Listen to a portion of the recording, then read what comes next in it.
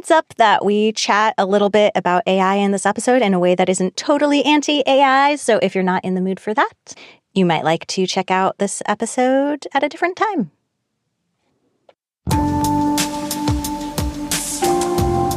Hi, I'm Jennifer Jill Araya. And I'm Sarah Beth Goer. Welcome to the Crafting Audiobooks podcast, where we discuss the art and craft of audiobooks, and we aim to go deep quick.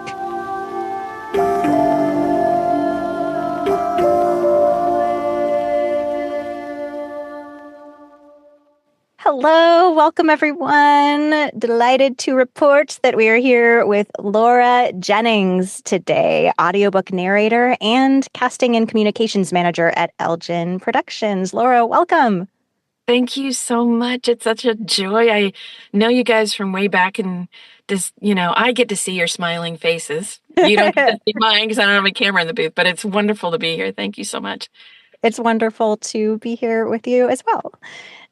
We're going to dive right in because we're a podcast that likes to go deep quick. So, Laura, we would love to know, could you speak a bit to how your narration experience has influenced your craft work as a casting manager and vice versa?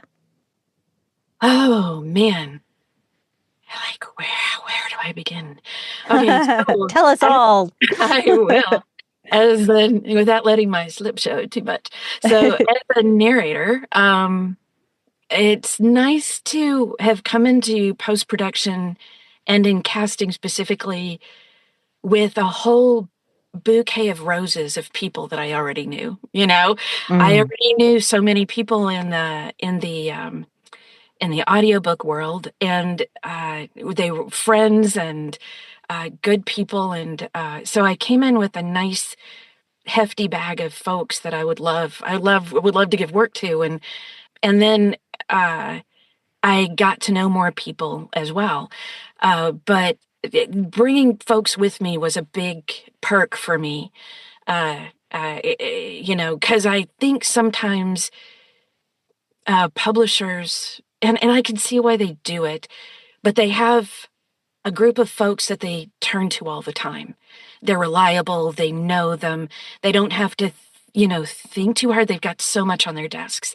So it was really nice for me to be able to bring some fresh voices or people that might not have, were getting a lot of work, but maybe not now, and maybe to freshen up their resume a little bit. And then also to bring kind of the fresh perspective to post-production, because a lot of times the guys will say, well, I'm hearing this, and they listen to thousands and thousands of hours of audio, and so their ears are so tuned that sometimes they need a narrator's ear to listen and say, do you hear that too? No, I don't hear that. Sorry. And the narrator's not going to hear that either. But, and I've learned along the way. But the experience I was able to bring as a narrator to the post-production team and on the producer side as well, I thought it was one of my strong points coming in to work for Elgin. And John agreed, and he was excited. Tanya Eby had my spot, and he was really pleased with her being a narrator in this spot. And so he was very pleased to get another one after her. And then, let's see, which direction did I go in? I went as what I brought as a narrator to post-production. And now this would be what I bring to my audiobook career from having worked in post-production. Have I got that right? Yeah. And is there anything that you have honed in your craft or that's contributed to your craft as a narrator? Oh my God, yes. Through being a producer and a casting manager? God, yes. Okay. So many things I learned. It really is okay to say no. It really is. It's not going to ruin your career. Nobody, in fact, we have so much more respect for you if you say, I'm so sorry, I won't be able to make those pickup dates. You're going to have to pivot. I'm so sorry. And then we think, oh my God, this is a narrator that respects our deadlines, that is such a professional. And you always stay on the top of the list that way. Because it's so easy. It's so much easier to work with people that that understand that that's the important thing to their career. Being honest with the publishers and being professional. That's way more important than just taking as many books as you can. And I have to say, I was a bit guilty of that. So you At a learned point, more about I that did. communication and sort of the big picture Yeah, of the that whole production that's happening. yeah, that not that I just, how it is, ladies. You think if I don't say yes to this book, I'm never going to get another book again. Nothing's ever going to come my way again. And it's not true. I'm here to tell you it's not true. And then also, I now know what it means if I can't meet a deadline. And I know that means maybe the marketing schedules are going to have to change for the producer. So, I have a better understanding for their process. And then the last thing that really, I won't talk too much about it now because I feel like we'll talk more about it later, but how to do better auditions. Mhm. Ooh. Yeah, yeah. Where I needed to come from. And I'm sure some of Jennifer, you and Sarah already know this, I'm sure. Because you guys, you're such pros. Oh, But thank you. yeah, oh my gosh, you know that. But it really honed my ear and made me think about how to do auditions in a different way. So that's your long-winded answer to all of that. No, that's super interesting. And I really want to dive into that audition question. But before we get to that, Okay. I would love to have you expand a little bit on your statement that it's okay to say no. I mean, you said that we shouldn't believe that we're never going to get work when we turn down a project. But Why yeah, do I say why do you why? say that? Can Okay. you expand? I don't even know what my Yeah, follow-up question is here. absolutely. No, I know what your question is. As being a narrator, it's what we live with in the pit of our stomach. I already think I'm a fake. Somebody's going to find it out. And if I say no to work, no one's going to hire me again. Well, we, I've even had narrators come and say to me, I would love to take this book, but my French accent sucks. And there is no way I'm going to be able to do this and give you a good product. But here's the names of some other people that know. And you're like, oh my gosh, and you actually get excited as a casting person and think, this is a good one. I need to keep her name. She knows what she can do and what she can't, and she knows her schedule. Or a narrator that says, I would love to do this, but I'm going to be on vacation. And believe it or not, we have people that don't tell us and only tell us later. Once they're confirmed for the book, their audio is in. There's nothing we can do about it. And I once had, and to be fair, a lot of times these people audiobooks aren't their bread and butter. So they are coming from acting and they're fitting audiobooks in between gigs and stuff. And so they don't always understand. But this person said, hey, I've got my audio in. I'm heading out of town for the summer, so I'll be able to get those any pickups you need in about 3 months. Yeah, Uh-oh. Oh dear. yeah, but they weren't being mean. They weren't, or I don't think they were being malicious or anything. They just really didn't understand the Yeah, schedule. absolutely. Whereas Yeah. those of us that are bread and butter audiobook narrators, it's like, no, that's not going to fly. I know that's not going to fly. So that's what I mean when I say it's better. You actually are doing yourself a favor by saying no if no is the right response, because we think so much better of you. And I can tell you, I've made notes. Someone says, I'm sorry, that's not going to work in my schedule. I would have loved to have this book. I go into the roster and I say, tried to get them for this book. They couldn't do it, but I'm going to remember them.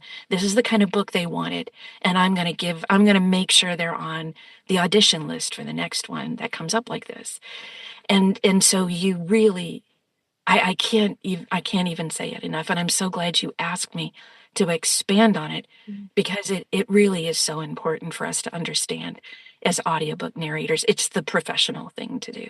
Sure. I'm hearing you say that honesty in our relationship with casting professionals is really highly valued, which It is. is lovely to hear. Yeah, it really is. And Jennifer, I think you've done that a couple of times. I I mean, have. you've had to. There was a But book that you emailed me about probably about 3 weeks ago, and I was like, is there there's any way I can fit this that's in? the one I'm thinking about. Oh My my heart gosh, was it would have been broken. so perfect. And Sarah, I think you've done that too. I mean, but you guys, I keep sending auditions to you, and I bet you've had to say no to other people before, and you still get books. And I think it's great for newer audiobook narrators to hear people like us who have, gosh, you guys, I think maybe between us, we might have 1,000 audiobooks or something between us. I think we Say, probably do, yeah. yeah, it's okay. This is okay. Just believe us. We know what we're talking about. It's okay. Yeah, you know, the way it strikes me, the like is this is also about, it's about honest communication. It's also about healthy boundaries. And Oh, yes. it is true. Like, there are going to be some producers that if you communicate your boundaries healthfully, they're going to be like, I don't want to cast that person. I prefer when a narrator's just available to me no matter what's going on in their life, and they just make it work and make it happen. That's fine. But in the same way that I wouldn't want to engage in a friendship where my friend just wanted me to have no boundaries and just like give them whatever they want whenever they want it, no matter what's going on for me or what my needs are. Yeah. Maybe I don't want to work with that producer. Maybe we're not a match. Or this time. And the other thing that I'm so sorry, you finished what you were saying. I was No, excited. I no. had a thought. Yeah, you got excited. Share your thought. Well, I'll also, when you say yes to something that you don't have time in your schedule for, is not in your skill set, you're taking that work away from someone who does, you know? And we're a community that prides ourselves on supporting fellow narrators, you know? It's not like this in the science world or in the engineering world. It's extremely competitive, but in the audiobook world, we love each other and we want the best for each other. And so, while it's tempting to take everything, remember there is a person out there who maybe is getting their career rolling, and they do have a lot of time in their schedule and they'd love to fill it up. So I don't know, that always kind of makes me feel better about saying no, Every time I say no, that's what I tell myself, that I'm Yes, allowing this project to go to the absolutely perfect right voice for it, which is not exactly. me. And maybe it's not me just because of scheduling. And if like Yeah, the schedule were different, then it would be me, but it's yeah, not. And that yeah, that for me mentally is what kind of calms the fear in the pit of my stomach that comes with saying yeah. no. You've put that in such a beautiful way. That is exactly right. And I mean, I had this book come from Penguin Random House, and it was set in Paris, and it was about um, two philosophers, two people that I can't remember exactly. It was a while ago, but French, please give me anything but French. I'm just so bad at it. I just sound like Pepe Le Pew after a while. It's so embarrassing. And I just had to give it back. And I said, I'm so sorry. This just isn't. And he goes, oh, it's okay. You're still top of the pops. That's where I got that expression, because it made me feel so good. And I said, but here's two people that would be really good for this. And he goes, oh, that's wonderful. Thanks. And then I looked later, and one of them got it. And it's just like, woo. And I felt as good about that as I would have if I'd gotten it myself. But you're so right, Jennifer. It just really makes you put your heart in the right place, I think. Absolutely. Hearing Yeah. the themes today of trust, Yeah. collaboration, transparency. Yeah. community. Absolutely. And when you're on an audiobook, it's a team thing, and so you have to be ready to be a good team player, I think. For sure. I know. Have I gone on too long about that? No, not at all. Although I was getting ready to say, I am just itching to hear your auditions ideas. And so I would love to give you some time to expand on that. So you have both listened to and performed so many auditions over Yeah. the course of your career. So what insights do you have to offer, Laura, about how to approach the art of auditioning? Well, the first thing I noticed when I started casting was I would send out, I try to get not just two people, I try to get, 5 or 6 people and to send those to the publisher, and um, present company excluded. You guys know, but the first thing I noticed is that I would send the same couple of pages out, and nobody's read the book. They can approach this in many different ways, but I would get 5 or 6 auditions back that all sounded the same. And I'm sorry, there are not 5 or 6 people with exactly the same personalities. you know it's just you can, let's say the word okay. You can say okay, okay, okay. What does the situation call for? And how that helped me was it made me go back to the fundamentals. When I get an audition now, I read the couple of pages and I don't really care what the rest of the book is. I don't need to read the rest of the book. This is my playground. I get to make it what I want. And I used to be one of those people that would just, not put as much thought into it as I should have. But now I'm like, who are these characters? And what do I imagine their situation is? After the second page that I don't have anymore, those pages, what are they going to do? And who are they? And then where are they coming from? What are they feeling in the moment? And then now I walk away and I think, how would I feel in that moment? How would I say that? And then I come back and I do the audition. I try, this is my goal. I don't always succeed, to come from a place not only as authentically as I can from what the author is intending for the scene, but authentically with my personality. Who am I? Because that's the only thing that makes me different than everybody else out there. And it was such a learning experience for me to hear these other auditions. And it's not that they were bad auditions. There was no way that the publisher or the author would be able to distinguish them very much, except for like the timbre of their voice, and that's not what you want to be known for. You want to be known for your personality.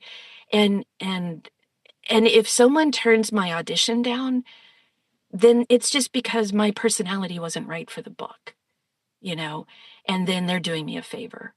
But at least I came from an authentic place. And I think that was the biggest thing. Hmm.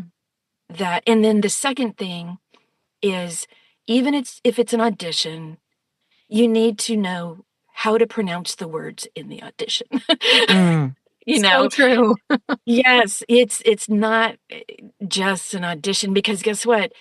9 times out of 10, and it wasn't like that when we started, way back, but now authors are so involved that they hear the auditions and they have a big part in choosing who they want. And so you want to make yourself sound like you, and inject that big beautiful person that you are into that audition. I don't know, am I making any sense? It just sounds like Absolutely, yeah. maybe I'm not. I mean, what I'm really hearing is that hearing so many auditions sound the same really gave you radical permission to take ownership of your work and dive in a very connected way that was authentic to you and Yeah. you only, because it was coming alive through your idiosyncratic vision. Yes.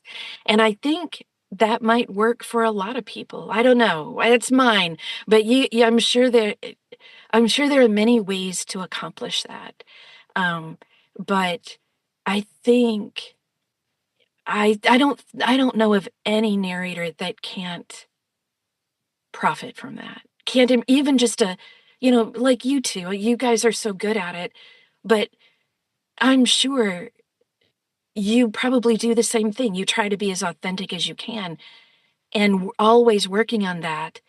And every time you get a little bit better at it, even where we are in our careers, it makes us a little bit better when we come to the book. Or I don't know.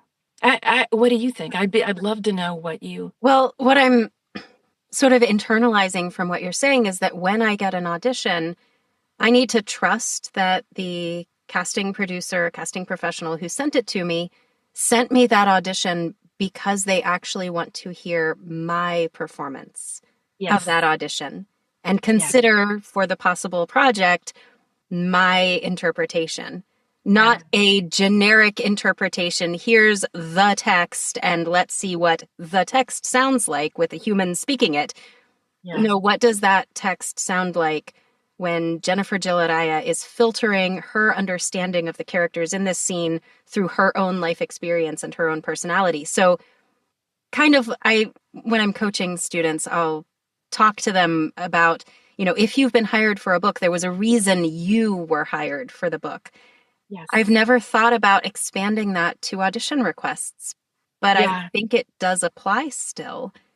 And even if it's an open call audition, the submitting myself for this open call audition is submitting me, not submitting generic female narrator. Well, and I think actually it's more important on open calls, because you're not up against four other people. You're God knows how many, Yeah. or you know, I don't know. But yeah, that's exactly it. So don't be afraid of. Don't. I think it's the kiss of death to listen to other narrators before you audition, because you learn so much by listening to certain narrators that speak to you, but I just don't believe it's a good idea to do it right before you audition.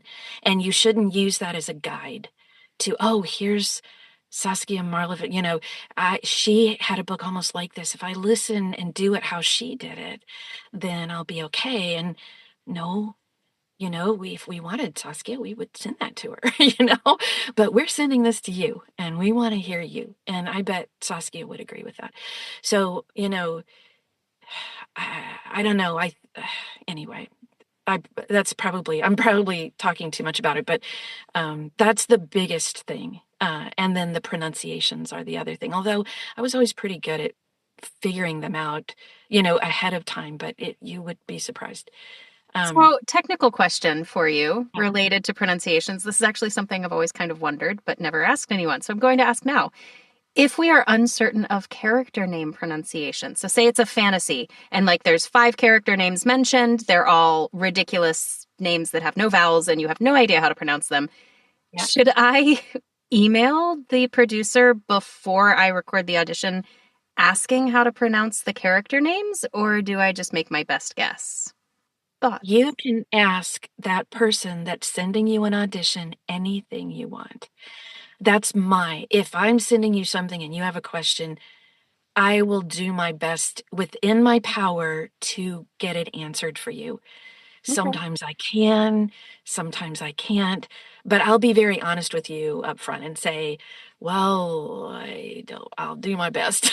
Let me see if I can, sometimes but I try not, if I'm sending out auditions, I really do try not to include those types of situations. And most other casting people I know, unless they can't avoid it, we do try to give you manageable things. Like I try to give scenes that make it easy for you to bring yourself to it. Like if it's a scene where the characters a daughter is arguing with her mother. I mean, who among us has never argued with their mother, right? And so um, I try to find those kinds of things to send. Sometimes I don't get a choice. The author says, I want the first 2 pages of chapter 1. And then I do try to look over it to see if there's a situation like that, but definitely don't shy away from asking. And in fact, I think it shows care. It shows that you are reading it 5 minutes before you're sitting down to record it. So I welcome them, and I every casting person I've talked to does as well. Does that answer your question? It does. It does. Okay. There's, in my years of narrating, I think I've only asked pronunciation questions maybe once or twice, and I think I might start asking more often. So thank you. Yeah. I asked a group of narrators the same question because I'm balancing. I'm like, I don't want to put more work on the producer's lap, but I'm also aware that if I mispronounce this name, that like obviously words that you can like look up in the dictionary, get the pronunciation right. Because if you get them wrong in your audition, you're showing that you are not going to be able to work independently on this book in a way that doesn't give the producer a headache. But names that are subjective and only the author really knows, I always debate that because I'm like, well, if I take a guess and I pronounce it wrong, like that might subconsciously influence the author's choice when they're listening to auditions. And I asked this group of narrators, and sort of the majority consensus was like, you know what I do? I take my best guess, but then when I email the audition, I say to the producer, hey, I just took my best guess on this one and this one. If you want to hear it differently, please let me know. So that to acknowledge like, hey, I am thinking about this. I do care.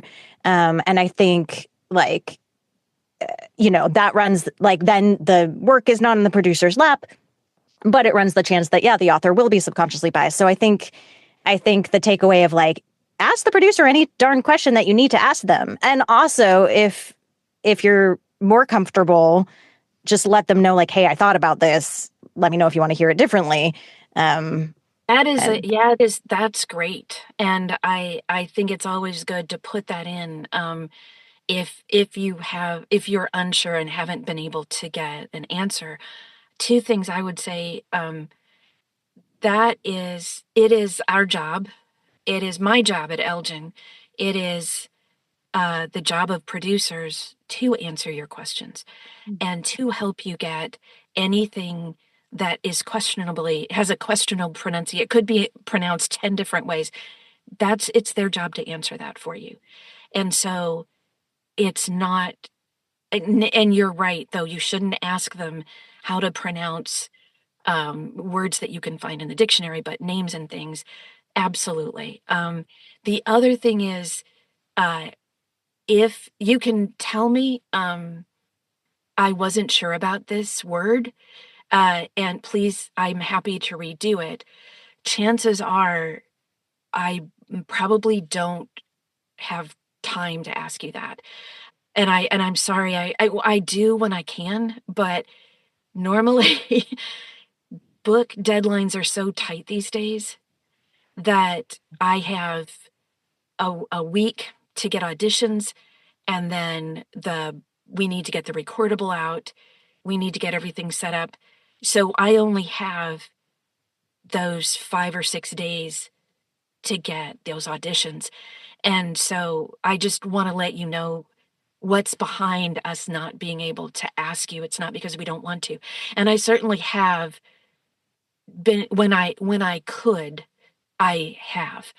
I just had a situation where the author specifically said she wanted the dialogue in the accent and the narrative not, even though it's first person. I know, sounded strange to me, but the author wants what the author wants. And so I tried to make that clear. The auditions came in, and some people did the whole thing in the accent. And I said, I had some time on this, and I said, hey, you're not supposed to do the narrative. They only want dialogue. Do you want to redo this? And they said, oh yeah, sure. I just didn't notice that. So they had a chance to do it again. So if I can, I will. If the answer is if nobody asks you to redo it, it may be because they just didn't have the time. So, but it's always good to know. I always do appreciate it when they say, I wasn't sure about this pronunciation. I gave it my best shot, but please do know that if I get this book and I record it, I will know what the right pronunciation is by the time I record the book. And I actually will pass those notes on to whatever publisher I'm working with, because I give them a list of auditions and then I always have my notes like, this person wants this rate, or this person would need an extra week to deliver, which is sometimes fine. And then this person felt that they might have picked the wrong pronunciation of the main character, but they wanted to assure us that they know it and they will get it right. So, that sort of thing that you tell us is not for naught. It will, we try to use it to your advantage. I don't know if that helps. Does that help? That does, for sure. Yeah. Okay. Sort of that little peek behind the curtain of how that process Yeah. goes.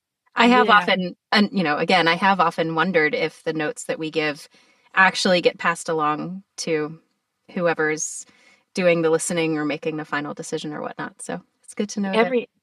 Everyone I know that I've talked to that does casting does. Mhm. So you're not a voice in the darkness.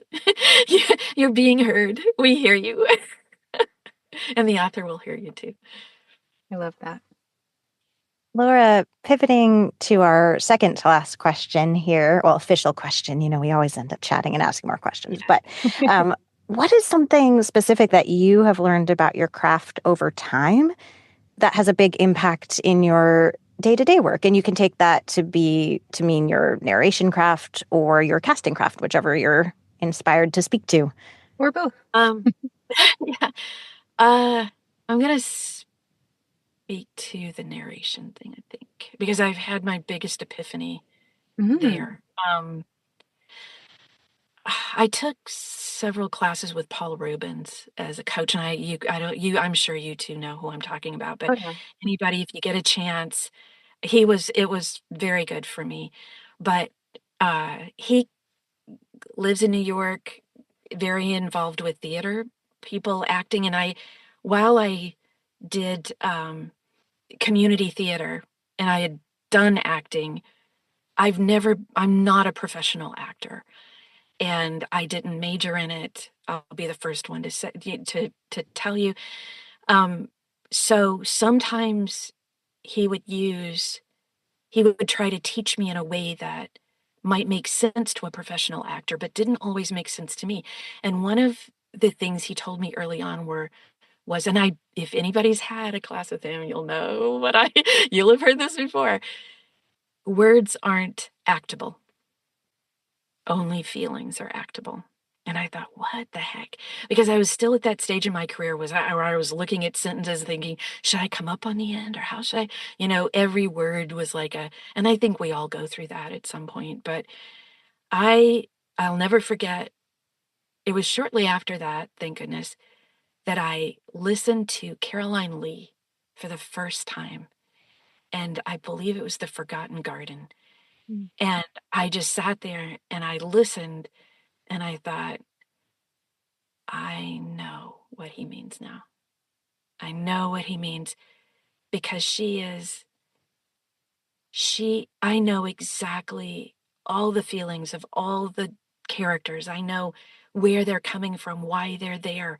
I know what this scene is about. And it's all because of her not paying attention to the words themselves, each word themselves. She was paying attention to the feelings behind the sentence or the paragraph. And it just all my approach to narrating changed that day forever. And I I still get chills when I think about it. But find your find the narrator that is a masterclass for you every time you listen, and you'll learn something from it. And that's what I learned from Caroline Lee, who is just I just love listening to her.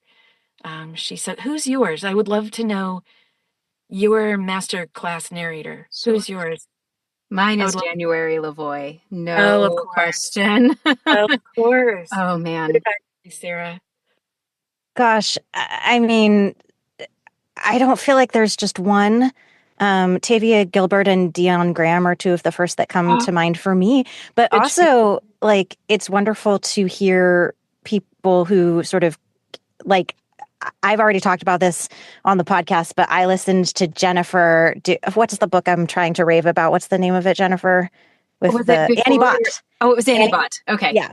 Yeah. Um, and like Annie Bot was a masterclass for me. Like there are Agreed. just Brilliant. Just a so many narrators in this industry bring something so beautiful to what they do. So I feel like it's this like, I don't know, cornucopia of yeah, abundance of beautiful narration.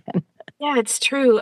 But for me, I just feel like maybe it's just the universe working in my favor. But every time I've listened to Caroline Lee, she always leads me out of whatever forest I'm in, where I'm struggling with an audition or I'm struggling with a character, and I just listen to her, and it just kind of relaxes me and shows me the way. And I don't know why.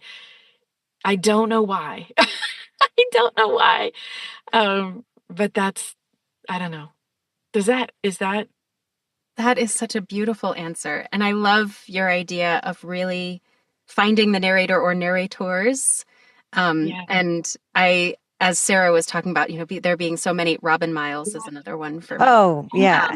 Yeah. For sure. For Oh sure. my gosh. Everybody go listen to Charlotte's Web with Meryl Streep Yeah. and Tavia Gilbert and Robin Miles, like, Yes. and January LaVoy. Yes. It is so Yeah. good. Oh my God. Absolutely.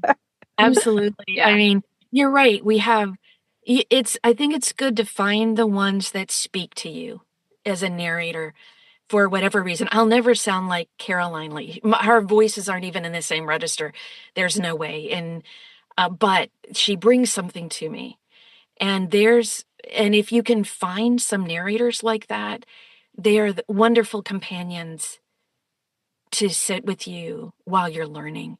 I wouldn't sit with them in the booth because you want to sound like yourself and you want to draw a hard line between learning from them and imitating them.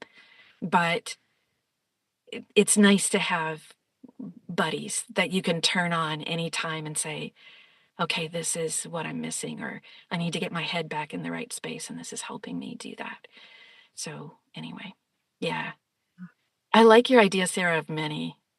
That's a Yeah. great I had a idea. coach once that called them lighthouses. Like, hey, who are the people who inspire you towards what you want to grow in yourself? Identified that because it's idiosyncratic to you. Like Caroline Lee, is a part of this cornucopia of wonderful narrators, but there's something about what she does that just speaks to your soul and is a Yeah, lighthouse for you. And that's meaningful to notice, like to hear like this wide variety of wonderfulness that works, and also to notice like, but this wonderfulness especially yeah, resonates. yeah, yeah. I mean, there's a lot of good people out there. You can find somebody, you can find someone that can teach you something, You you know know? what's funny? The first time I ever listened to Tavia Gilbert, it took me I don't know, like at least 30 minutes to adjust, and I didn't like her style at first. And I then realized later, oh, you know why I don't like her style? Because this was many years ago. I was like, oh, because it's very similar to what organically comes out of me, and I have low self-esteem.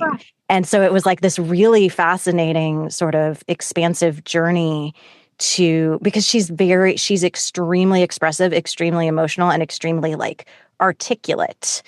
Yeah. And that is organically what emerges from her. Yeah. And Well, there was some kind of mirror for she me. is not afraid to be vulnerable on Yeah. interviews, and man, is it scary to be vulnerable. You know, Oh my gosh. it really is. Yes. Yeah, it's scary to bring your personality to the mic. It takes it takes bravery, but we can all do it. And it's just realizing I'm good enough. I'm okay. My personality can get the job done. And I like me. and I like the way I sound. And you can always tell Tavia's all in it. She is in it. She is in it to win it. And she just lets herself be exposed, and it's a beautiful thing. It really is. Absolutely. I was speaking, I think it was actually at APAC, so not that long ago. I was speaking with someone about public domain titles, and they were talking about a book that is in the public domain that they really wanted to narrate, but there were already so many versions of it out there. And I'm like, yes, but there's not your version out there. And I think that speaks, Laura, to what you were just saying. Allow your personality to be in the art that you are creating, because even if it's a public domain title and I narrate it and Sarah narrates it and Laura, you narrate it, those three books are going to be completely different. Yes, the text is the same, but the personalities of the narrators is different. And like Charlotte's Web, there are so many versions of Charlotte's Web out there, but that one that's starring Meryl Streep and has all of the other cornucopia of lighthouses as the other narrators is special because of what each individual brings to that project. It's so true. And, the three of us, you're absolutely right, could narrate the same book. And it's not that we're doing it, two of us are doing it badly and one of them gets it right. We're all three doing it differently. And I guarantee you, if you took 60 listeners, 20 would say, "Oh my God, that Laura Jennings, I couldn't stand it. I couldn't make it through the first chapter. But Jennifer, oh, I loved it." Or Sarah, she was great. But Jennifer, I just couldn't. So there's going to be 20 that like Jennifer and 20 that like me and 20 that like Sarah. And, that's the beauty of it. We are, when we find narrators that speak to us, we're speaking to listeners, a group of listeners. Our voice is right for them, and we're giving them pleasure. And we're somebody they can connect with because of who we are. And so I think that's a wonderful example. That's just a wonderful example. And I hope they did. Whoever you are out there, if you remember to talking to Jennifer, do your book, do that public domain book. Yeah. And let us know. It was someone who wanted to do an Ellen Montgomery book, and I told them to go for it. Oh, good for you. Those are such beautiful books. They are. They really are. Our last question of this truly delightful conversation is one that all of us will take an answer for. And the question is, what is exciting you about the craft of audiobook narration right now, today? And Sarah, I would love for you to go first and share what's exciting for you. Yeah, I'm really reflecting today. We like this whole podcast is about the craft and sinking our teeth into the craft and always growing and always continuing to evolve. And I'm really excited today about work it, but don't overwork it. Like that resilient edge where I'm growing, but I'm not overwhelming myself or stretching too far. And this really hit home for me. I was working on an audition where the text was just really, really exquisite. And I recorded my first go and I listened through and I was like, "Ooh, yeah, I see how I could really nail this better. Let me, deepen." Like the character, I don't know, the character was very angry and it came across a little one note. And I was like, "Oh, this could be so much more nuanced and varied. Let me, take a swing at that." So then I did that version. I'm like, "Oh, this version is so much better." And now I noticed, right? And I found some other element I noticed. And so I redid that. And I'm like, "Oh, this version is so much better." And now I noticed, but at that point, at that third pass, my self-esteem was taking a hit. I was like, "I just can't narrate well enough and I can't send this audition in." And I was like, whoa, okay. I clearly overwhelmed myself here. I went past my resilient edge. I lifted too much here. It's like being a weightlifter, like knowing the exact weight to lift so that I am growing my muscles, but I'm not breaking myself. And just really reflecting on the beauty of being a human who's growing, to find that to ride that edge where I'm always evolving, but I'm also allowing myself to be enough. Oh, Sarah, that is beautiful. Thank you for sharing that. And I was just thinking that same thing happened to me the other day. It happens no matter what stage you're in your career, I believe. It just happens to all of us. It's just, fighting with our self-esteem all the time. I think it's human. That's a wonderful thing to share. And to just rewind back and have that compassion the same way I would, like it's not really compassionate or taking care of myself if I'm a weightlifter and I'm like, I don't know, weightlifting is hard. I think I'll just lift this weight that's like super light and easy and I know for sure I can lift it. Like that's not actually being compassionate to who I am because I have so much more potential and depth and strength I can build here. But it's also not compassionate to be like, you weakling, like you should be able to lift more. What's wrong with you? So just bringing that compassion to our own humanity. Yeah, being kinder to yourself, for sure. So people listening are not going to be able to see this, but I have a little thing on my booth that says I am both a masterpiece and a work in progress. And I'm showing it to Sarah and Laura right now. I love it. I think this kind of concept really speaks to the fact that we are working in an art where we have an ideal of perfection where the emotions are fully authentic to who we are as people and to who the characters are and to the author's intent. And so there's this like goal of doing all of these things so that there's this perfect audiobook that is my version of the perfect audiobook, different than if someone else narrated it.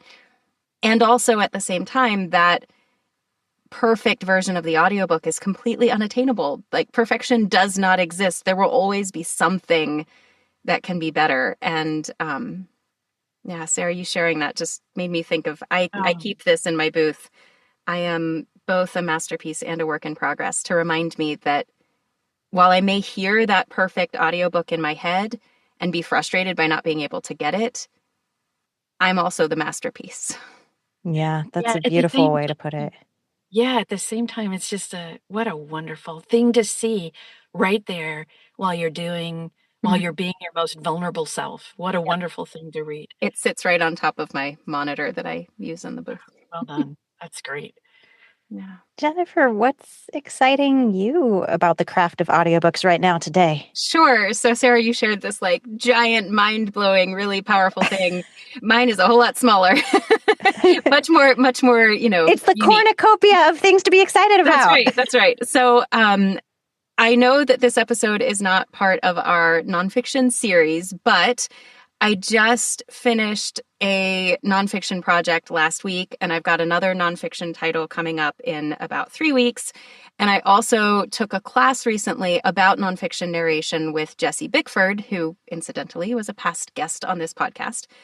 And Jessie in the class talked a lot about the importance of identifying the author's tone and perspective during your prep, especially in a nonfiction title, so that you can then appropriately convey that tone and perspective as the narrator of the audiobook. And obviously, that's something that I have thought about before, but something about the way that Jessie presented that material in the class got me thinking about what a privilege it is to stand in as someone's voice.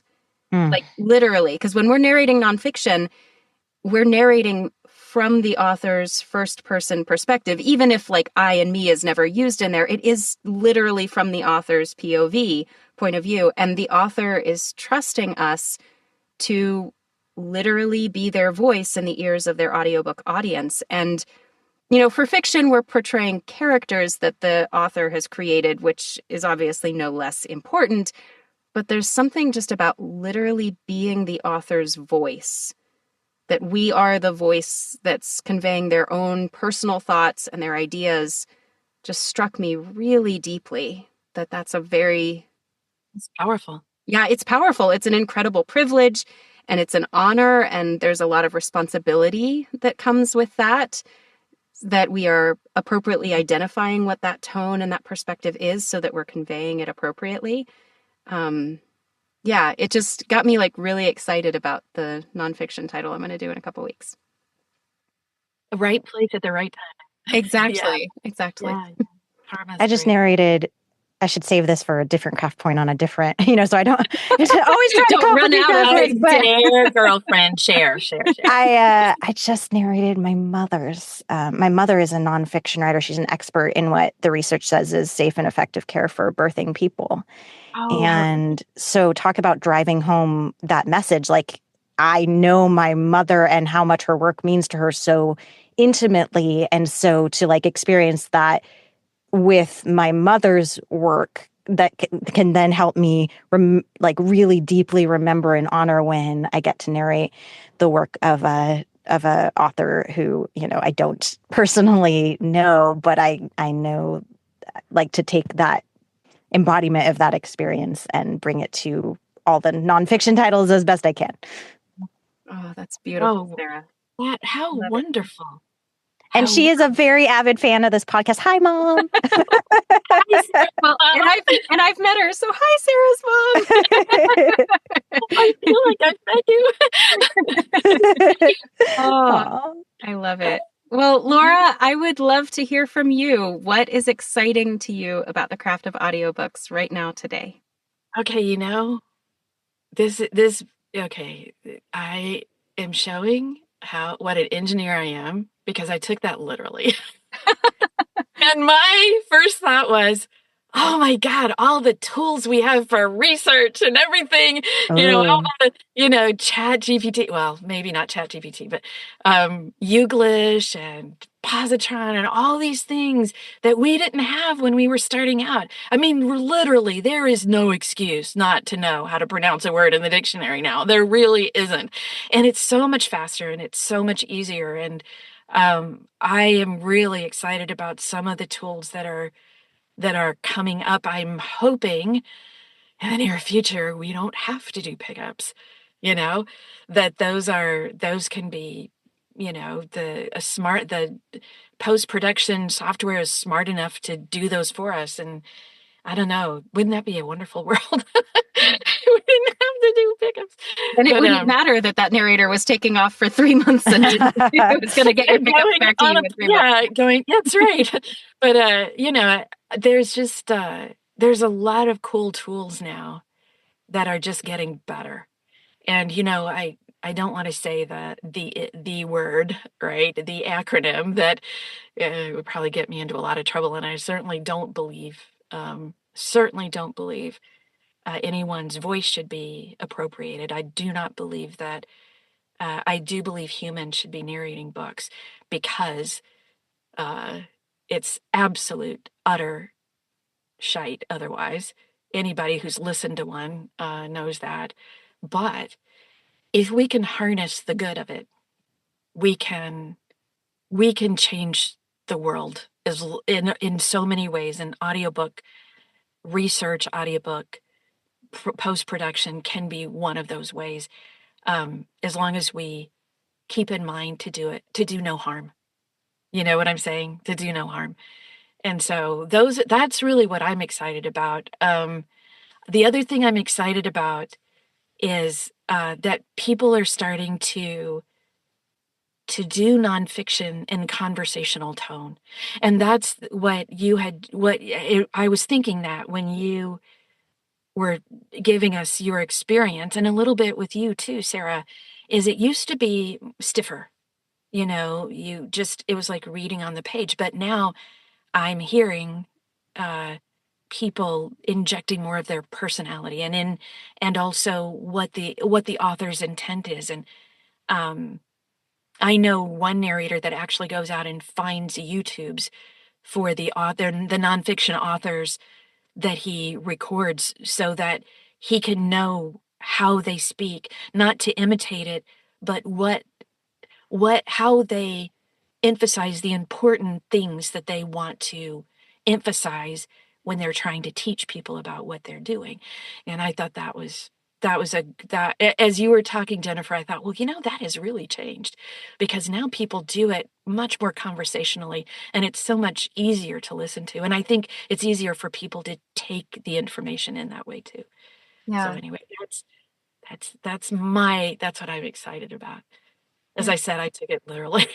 No, literal is good. Literal is good. Okay. And I agree that, there are ways that we can use technology to improve our workflow and help us to have time to really dig into the craft side. I think a lot of times narrators, especially if it's a prep heavy book, I mean, we're talking about nonfiction a little bit here. If it's a prep heavy book, we might feel like we don't have time to really dig into that tone and that perspective and deeply understanding it because there's so many words to look up. Exactly. But sometimes having those tech tools to help us with that workflow can give us the time and energy that we need to really focus in on the craft. Absolutely. Yeah, I think so too. And I think if used in the right way, it can only be a good thing. But, you know, I am all for it going down the tubes if it starts hurting people and people lose work. That should never happen. And I don't want anybody to think that I would be advocating for that for sure. Yeah. No, I think that was very clear. And Jennifer, what you just said, like I never thought about how these new tools with the acronym that shall not be named, like could provide a space to be more human, like to focus on. I mean, one could argue, well, this is going to get political, but one could argue that over time, various tools that humans have come up with have supported us in then being able to spend more time and energy and effort on doing the things that only humans can do. And I had just never really thought about like, hey, this could be that as well. That is exactly what happened in the sciences. So when I first started out as a physicist, I was getting my career started. I think I was in 5 or 6 years. And the really brilliant people started to come up with something called neural nets. And I don't know if you've heard of that, but it was kind of the precursor to the acronym that shall not be named. And so we were scared to death. We thought, oh, they're not going to need us anymore because our job was to take data that's been collected and interpret it. And in my case, X marks the spot on the earth and this is why. And, now they don't need me to do that anymore. And what we found was just the opposite, that actually the neural nets and the precursor uh, actually did the work we didn't want to and cleared the field out for us to really concentrate and improve the methodologies to being more accurate and precise in our predictions. Because neural nets at the end of the day and that acronym it's all just very quick pattern recognition. That's all it is. It's not sentient. It is not creative.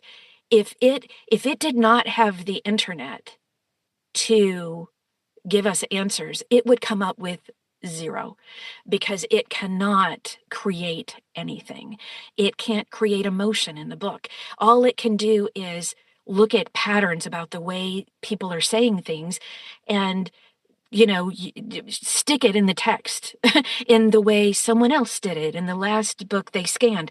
But it's not appropriate. And that's why it sounds so weird to our ears.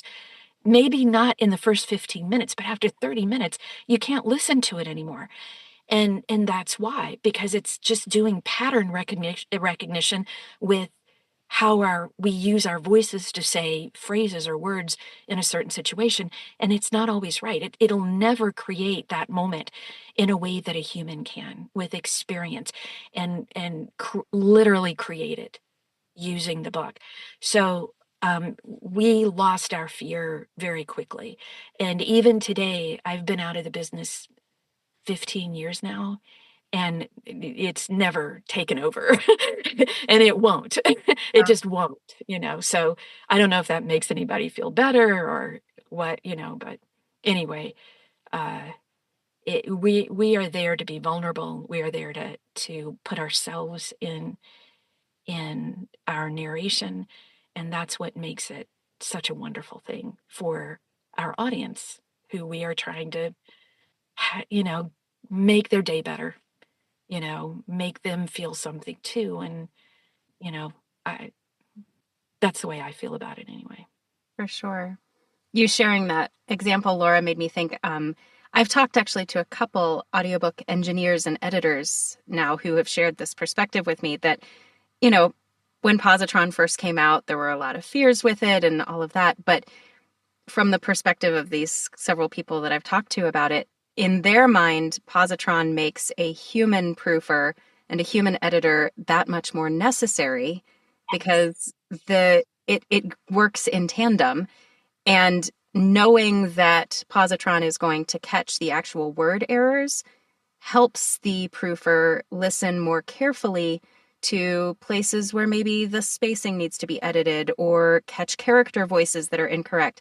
So it allows the proofer to catch more nuanced, artistic, craft-focused things that they might have missed before because they were so focused on, are these words the right words? So That's correct. an example of, in the audiobook space, something that people were afraid was going to take a whole lot of jobs, only making the humans more necessary and freeing the humans up to do what they do best, which is the craft side. Now, that's when positron is used well. And so there is that. I'm wondering, do you remember when it first came out and our pickup packs were like a mess? It was like, because people thought it was this panacea and they would just run it and send us packs. And then everybody learned pretty quickly that isn't going to work. And then humans were injected back into the process. And now we get, for the most part, our packs are great, and it's usually a mix of both. And, it's because they put humans back in that now the packs are better, I think. I don't know if you guys were around then when it first came out. I was, and I think Sarah was too. Yeah. Yeah.